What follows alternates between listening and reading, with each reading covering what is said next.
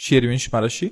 महर्षि, आप सब कोई आईएएस, आईपीएस और आर्मी के वरिष्ठ अधिकारी हैं, कोई कृषि विभाग के अधिकारी हैं महर्षि। महर्षि, इनके इन सब के लिए आपका कोई मार्गदर्शन महर्षि। हाँ, हमारे भारत देश की सेवा का जो आपको अधिकार जितना मिला है, जो पद मिला है, वो हमारी आराधना है। हम लोग यदि अपने कर्तव्य का अक्षरशः पालन करें और उस कर्तव्य को भगवान के चरणों में समर्पित कर दें, तो हमें लगता है और कोई अलग से आराधना करने की जरूरत नहीं है। उसी से हमारे प्रभु प्रसन्न हो जाएंगे। पहली आस्तिकता तो हम भारतवासियों के हृदय में यह है कि भगवान है। इतना तो है ना, इतना तो पता है कि अब वो कौन है, इतना परिचय भले ना मिले, पर इतना परिचय है कि कोई सबका महान ईश्वर है, भगवान है। इसे आस्तिकता कहते हैं। अस्ति माने है। इतना स्वीकार करने से ही हमारे परमार्थ की बातें फिर शुरू हो जाती हैं। अगर यही नास्ति तो फिर हमारी वार्ता नहीं होती। हमारी वार्ता अस्ति से होती है, आस्ति। वो है। अब वो कौन है? वो कोई भी नाम रूप से पुकारा जाए, वो मेरा है। क्योंकि जिस शरीर को मैंने मेरा माना, ये परिणाम में अगर अपना नहीं समझ में आया तो दूसरों का देख लो, किसी का नहीं हुआ। आगे देख लो, बड़े बड़े पदों में विराजमान बड़े बड़े महात्माओं का, बड़े बड़े दुरात्माओं का, किसी को शरीर ने, हमने माना इसे, ये हमें अपना नहीं मान रहा है। ये जड़ वस्तु है। इसका परिवर्तन होता चला जा रहा है। बाल्यावस्था से यौवन अवस्था, यौवन अवस्था से जरावस्था, जरावस्था से मृत्यु अवस्था। इसकी अवस्थाएं शरीर की है। मतलब ये मेरा नहीं है। मेरा जो स्वरूप है वो परिवर्तनशील नहीं है। मेरा जो स्वरूप है वो विनाशी नहीं है। नैनम छिन्दन्ति शस्त्राणि नैनम दहाति पावका न चैनम क्लेदयन्त्यापो न शोष्यते। मेरा जो स्वरूप है उसमें न जागृत है, न स्वप्न है, न निद्रा है। क्योंकि तीनों का वो अनुभव करता है। जागृत में मैं, स्वप्न मैंने देखा, सुषुप्ति में बहुत अच्छा सोया। वो अगर वो सोया था तो जानता कैसे है? वो सर्वज्ञ कभी सोता नहीं है।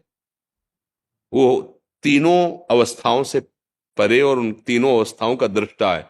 वही मेरा स्वरूप है। जो मेरा स्वरूप है वही भगवत स्वरूप है असलियत में। उसे प्रेम भाव के कारण द्वैत करके खेला जाता है। वो क्या, एक ही जैसे 1,000 घड़े में 1,000 सूर्य दिखाई दे रहे हैं तो सूर्य 1,000 नहीं हो गए, उनका प्रतिबिंब है। घड़े फोड़ने से जैसे सूर्य पर कोई भी असर नहीं होता, ऐसे जो मैं है ना, उस पर इस जन्म मृत्यु का, दुख सुख का कोई असर नहीं होता। पर फंस गए, इस स्वरूप को भूल गए। देखो, जन्म मृत्यु के चक्र में फंस गए। कैसे फंस गए? शरीर को मैं मान करके। अब शरीर को मैं मानने के कारण इंद्रिय सुख हमारा भोग बन गया। अच्छा अच्छा देखने को मिले, खाने को मिले, पीने को मिले, भोगने को मिले, सम्मान आदि, ये सब शरीर के हैं। इनसे मैं का कोई संबंध नहीं। अगर मैं का संबंध माने तो सब नाटक है। क्योंकि जो मैं यहां वो मैं यहां है, तो कौन किसको प्रणाम करे? अपने हाथ से अपने पैर छुए कोई सुख होगा क्या? अपने हाथ से अपने थप्पड़ लग जाए तो कोई दुख होगा क्या? कोई अपमान लगे? अगर सुख दुख हो रहा है तो अज्ञान की स्थिति है ना, मैं की स्थिति को तो समझा नहीं है। अब इसको मिटाना है। अब इसके मिटाने के लिए हमें स्वसुख वांछा, मुझे दूसरों से सुख मिले, ये बांधा है इसने। ये दूसरा है शरीर। ये भोग दूसरे हैं, जगत दूसरे हैं। ये मैं तत्व नहीं है, ये पर तत्व, प्रकृति तत्व है। अब इसी प्रकृति तत्व से छूटेंगे, जहां बंधे वहीं से छूटेंगे। अगर हम इस शरीर को अब दूसरों की सेवा में, देश सेवा में समर्पित कर देते हैं, कर्तव्य का अक्षरशः पालन करते हुए, अगर हम कहीं भी अधर्माचरण स्वीकार करते हैं, जो हमें नहीं करना चाहिए वो हम करते हैं, तो बंधन पुष्ट हो जाएगा। आप लोग जिस पद पे भगवान ने आपको भारत माता की सेवा में रखा है, आप धर्म पूर्वक, जैसे अपने हम परिवार का पोषण करते हैं, ऐसे पद का अधिकार जितने तक है। परिवार में कोई उद्दंडता करता है तो थप्पड़ जमाते हैं ना, सही से चलता है तो शाबाशी देते हैं। ऐसे ही है, आपका बड़ा पद है जो दिखाई दे रहा है कि हमारी समाज को ये दुख पहुंचाने वाला, गलत आचरण वाला अगर दंड के द्वारा सुधरता है तो दंड के द्वारा, न्याय विभाग के द्वारा फिर उसको विशेष दंड दिए जाते हैं, मृत्यु दंड आदि दिया जाता है। तो हमारे द्वारा अधर्माचरण नहीं होना चाहिए। देखो, जैसे हम जो बड़े बड़े अधिकार में हैं, तो हम धन की प्रधानता रख करके अगर कोई भी अधर्माचरण करते हैं तो हमारे शरीर बुद्धि पर, हमारे परिवार की शरीर बुद्धि पर बहुत कुछ प्रभाव पहुंचाएगा। ये अपने लोग अगर चूक कर दिए तो फिर सेवा नहीं बन पाएगी और हानि हो जाएगी। और अगर हम धर्म से चल रहे हैं, अच्छा है 4 सब्जी नहीं मिलेंगी, 1 सब्जी और 1 रोटी पालेंगे, लेकिन देश सेवा में धर्म से चल रहे हैं तो जो आप सुख कमाना चाहते थे वो आपका पुत्र कमा देगा, क्योंकि आप धर्म से चले हैं। वो आगे ऐसी उन्नति को प्राप्त होगा कि आपको ही देखने को मिलेगा कि जो आप चाहते थे वो आपको दिखाई दे रहा है, क्योंकि धर्म से चले हैं। और अगर अधर्म से बहुत सा धन संग्रह भी कर लिया जाए तो जब जब आप अपने घर आएंगे ना, तो आप जलेंगे, ऐसा दृश्य होगा घर का। पत्नी, पुत्र, परिवार में ऐसी संकटपूर्ण परिस्थिति होगी जिसे देखकर आप अशांत हो जाएंगे कि जिसके लिए कमाया था वो सब मेरे आगे विपरीत दिखाई दे रहा है। इसलिए सबसे प्रार्थना है, अलग से साधना करने की आप लोगों को आवश्यकता नहीं। हाँ, उठते बैठते चलते फिरते जितना बन सके नाम स्मरण करिए प्रभु का। भगवान दोनों बातें कही, मामुनिस्मर और युद्ध च, अपने कर्तव्य का पालन और नाम जप। अगर ये 2 होते रहे तो भगवान की कृपा से जो मानव देह मिला है, जो अधिकार मिला है, यहां भी सुख और सम्मान मिलेगा और भगवान के सामने भी हमें पहुंचाया जाएगा। अगर हम अपने प्रभु के सामने पहुंच गए तो मनुष्य जीवन का लाभ हो गया। साधन धाम मोक्ष कर द्वारा, पाई न जे परलोक सम्हारा। जब सिकंदर सबको विध्वंस करते हुए, धन संपत्ति एकत्रित करते हुए विजयश्री को प्राप्त हो रहा था, बड़ा गर्व से फूला हुआ जा रहा, तो कुछ महात्मा जन आगे मिले, नाचने लगे। तो उसने सबको रुका और नजदीक, क्यों नाच रहे हो? क्या मेरे को देखकर नाच रहे? बोले हाँ, आपको देखकर नाच रहा हूं। आप बड़े बलवान हैं, बड़े वीर हैं, वो आपका भय है। मैं गरीब हूं, मेरे पास जो वस्त्र हैं फट जाते हैं तो सुई की जरूरत होती है, मैं एक सुई धागा रखता हूं। सुना है कि मृत्यु सबकी आती है, तो मैं भी मरूंगा, पर आप तो वीर बहादुर, सबको मारते हैं, आप ये सुई धागा मुझे दे देना परलोक में। तो उसने कहा, तुम महात्मा कैसे हो जब ये भी नहीं जानते कि सुई धागा भी नहीं जा सकता, तो आप ऐसा आदेश क्यों करते हैं? बोले, ये हम तुम्हें समझाना चाहते थे, लाखों लोगों की हत्या कर रहे हो और जाएगा सुई भी नहीं, धागा भी नहीं, तो तुम यहां से क्या लेके जाओगे?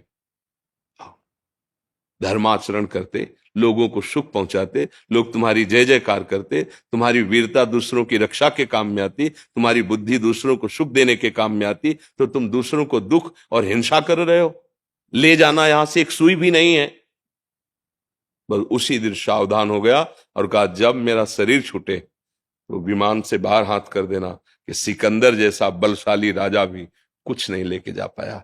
इसलिए कभी भी अधर्माचरण न करे, कभी किसी को दुख न पहुंचाए। बहुत छोटी जिंदगी है, जैसे 100 वर्ष, तो जानते हो 100 वर्ष कितने?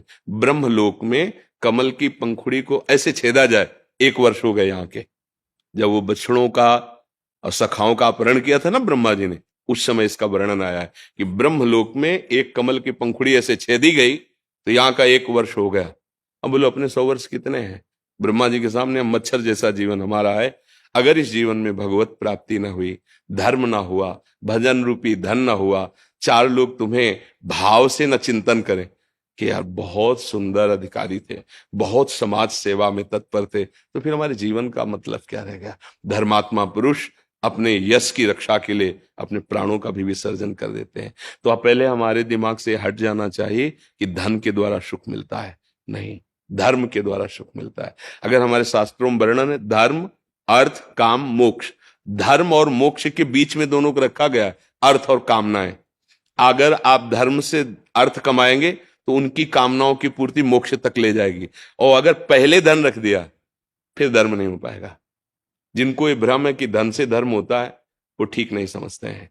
धर्म से धन की प्राप्ति कीजिए, फिर 4 रोटी है, 1 रोटी की भूख रखकर किसी दूसरे को दे दोगे, वो धर्म माना जाएगा। अधर्म के द्वारा कमाया हुआ भंडारा करने पर भी दुर्गति नहीं रुकेगी, क्योंकि जो जो खाएगा उसकी बुद्धि भ्रष्ट होगी, उसका भी अपराध लगेगा। इसलिए बहुत बढ़िया अवसर ठाकुर जी ने दिया है। आप जो जहां हैं अपने पद में स्वस्थ रहते हुए हमारे समाज की सेवा, हमारी देश सेवा में धर्म पूर्वक चले और नाम जप करें। इससे जीवन मंगल हो जाएगा, परम कल्याण में हो जाएगा। इसलिए नाम जप करें, भगवद आश्रित रहें और आप लोग कोई व्यसन कभी ना करें। अगर भूल से कहीं ऐसा कुछ हो व्यसन का तो नहीं करना चाहिए, क्योंकि व्यसन न स्वास्थ्य ठीक रखता है न बुद्धि ठीक रखता है। जो हम व्यसन में अर्थ लगाते हैं वो किसी बीमार की सेवा में लगा दें, किसी गरीब की सेवा में लगा दें, किसी ऐसे असहाय की सेवा में लगा दें जिनको आवश्यकता है। हमारी तो चाहे कि हमारा देश, हमारा विश्व, हमारा जन समुदाय व्यसन रहित हो, गंदी आदतों से रहित हो और स्वस्थ लाभ प्राप्त करके भगवान का भजन करते हुए अपने कर्तव्यों का पालन करे। आज हमें बहुत दुख होता है, नई समाज के बच्चे जो आधुनिक ना माता पिता का अपमान कर रहे हैं। माता पिता की देख, हमने तो ऐसे वयोवृद्ध मिले जिनको घर से निकाल दिया गया। जब तुम अपनी सुरक्षा नहीं कर सकते थे, प्राणों का पोषण करा, आपके तुम्हारी सोच उठाई, तुम्हारी लघुशंका अपने ऊपर कराई, अब उनकी अवस्था आ रही है सहने के लिए, तुम उनको त्याग रहे हो। भले पढ़े लिखे हो तुम, भले खूब पैसा कमा, उसका प्रयोग करो। विद्या तो विनय प्रदान करती है। ये उद्दंडता कैसे हमारे समाज में आ रही है? जहां संयम होना चाहिए वहां व्यभिचार बढ़ रहा है। अब देखो नए नए बच्चे क्या हो रहा है, संयम की जगह व्यभिचार में प्रवृत्त हो रहे हैं। ये आगे चल करके इनकी बुद्धि भ्रष्ट हो जाएगी, ये निर्णय नहीं कर पाएंगे धर्म किसे कहते हैं। जिसका ब्रह्मचर्य ठीक नहीं, छोटे छोटे बच्चे बच्चियां कुमार्गगामी प्रवृत्तियों का दर्शन करके, श्रवण करके उसी कुमार्ग में बह रहे हैं।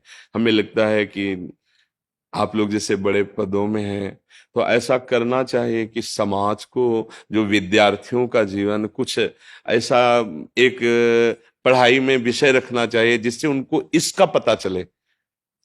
छोटे छोटे नई अवस्था के बच्चे ऐसे विकारों से ग्रस्त ब्रह्मचर्य का नाश कर रहे हैं, इनका भावी जीवन बहुत अमंगलमय होगा। जैसे छोटी छोटी बच्चियों का स्वभाव बिगड़ता चला, ये कहीं पत्नी व्रत, पातिव्रत, ये सब नहीं हो पाएगा। तो फिर पति पत्नी में प्यार नहीं तो गृहस्थी कैसे चलेगी? फिर क्या, वो अपने मार्ग में, अपने मार्ग में क्या जीवन रह जाएगा? पवित्रता नहीं, धर्म नहीं। अब बड़ा डर लग रहा है, जो आज की पीढ़ी का हमारा समाज बहुत बिगड़ता है। छोटे छोटे बच्चे व्यसन कर रहे हैं, गंदी आदतों में फंस रहे हैं। तो ऐसा कुछ हो कि जैसे स्कूल में अंग्रेजी पढ़ाई जाती है, हिंदी पढ़ाई जाती है, और तो ऐसे एक विषय होना चाहिए इस जीवन को स्वस्थ बनाने का, कि आपका ब्रह्मचर्य कम से कम 20-22 वर्ष की अवस्था तक ठीक रहे।